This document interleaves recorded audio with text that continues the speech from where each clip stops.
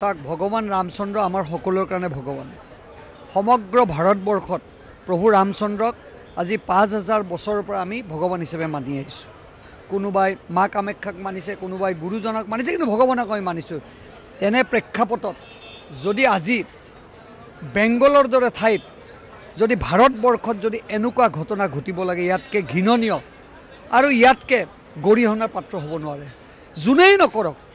আৰু যিহেতু তাত তৃণমূল কংগ্ৰেছৰ শাসন চলি আছে, নিশ্চয় তেওঁলোকে এইটোৰ ওপৰত এটা বিচাৰ কৰিব লাগে আৰু বিচাৰ কৰি উচিত শাস্তি দিব লাগে। নহ'লে ভাৰতবৰ্ষৰ ৰাইজে কেতিয়াও ক্ষমা নকৰে আৰু তৃণমূলক চৰকাৰখনক জীৱনলৈ জগৰীয়া কৰি ৰাখিব। আৰু ইয়াৰ আঁৰত যদি ৰাজনৈতিক চক্ৰান্ত কিবা আছে, সেইটো তৃণমূল কংগ্ৰেছে এইটোৰ ওপৰত ব্যৱস্থা ল'ব লাগে আৰু অতি সোনকালে এই দোষীক সাব্যস্ত কৰি শাস্তি বিহিব লাগে। আৰু আমি ভাৰতত যদি থাকি প্ৰভু ৰামচন্দ্ৰক অপমান কৰিব লগা হয়, যাক আমি ভগৱান ৰূপে মানিছোঁ, ইয়াতকৈ দুখজনক আৰু ইয়াতকৈ লজ্জাজনক ঘটনা হ'ব নোৱাৰে।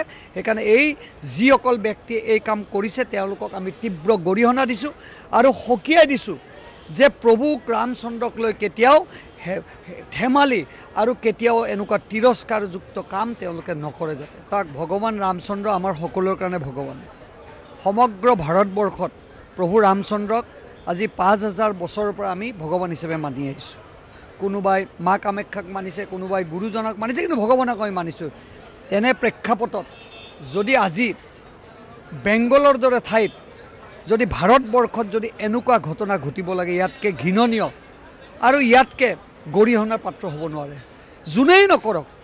আৰু যিহেতু তাত তৃণমূল কংগ্ৰেছৰ শাসন চলি আছে, নিশ্চয় তেওঁলোকে এইটোৰ ওপৰত এটা বিচাৰ কৰিব লাগে আৰু বিচাৰ কৰি উচিত শাস্তি দিব লাগে। নহ'লে ভাৰতবৰ্ষৰ ৰাইজে কেতিয়াও ক্ষমা নকৰে আৰু তৃণমূলক চৰকাৰখনক জীৱনলৈ জগৰীয়া কৰি ৰাখিব। আৰু ইয়াৰ আঁৰত যদি ৰাজনৈতিক চক্ৰান্ত কিবা আছে, সেইটো তৃণমূল কংগ্ৰেছে এইটোৰ ওপৰত ব্যৱস্থা ল'ব লাগে আৰু অতি সোনকালে এই দোষীক সাব্যস্ত কৰি শাস্তি বিহিব লাগে। আৰু আমি ভাৰতত যদি থাকি প্ৰভু ৰামচন্দ্ৰক অপমান কৰিব লগা হয়, যাক আমি ভগৱান ৰূপে মানিছোঁ, ইয়াতকৈ দুখজনক আৰু ইয়াতকৈ লজ্জাজনক ঘটনা হ'ব নোৱাৰে।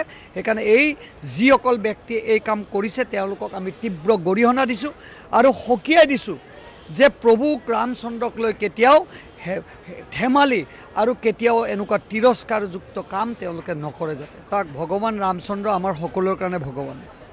সমগ্ৰ ভাৰতবৰ্ষত প্ৰভু ৰামচন্দ্ৰক আজি 5000 বছৰৰ পৰা আমি ভগৱান হিচাপে মানি আহিছোঁ। কোনোবাই মা কামাখ্যাক মানিছে, কোনোবাই গুৰুজনক মানিছে, কিন্তু ভগৱানক আমি মানিছোঁ। তেনে প্ৰেক্ষাপটত যদি আজি বেংগলৰ দৰে ঠাইত যদি ভাৰতবৰ্ষত যদি এনেকুৱা ঘটনা ঘটিব লাগে, ইয়াতকৈ ঘৃণনীয় আৰু ইয়াতকৈ গৰিহণাৰ পাত্ৰ হ'ব নোৱাৰে, যোনেই নকৰক।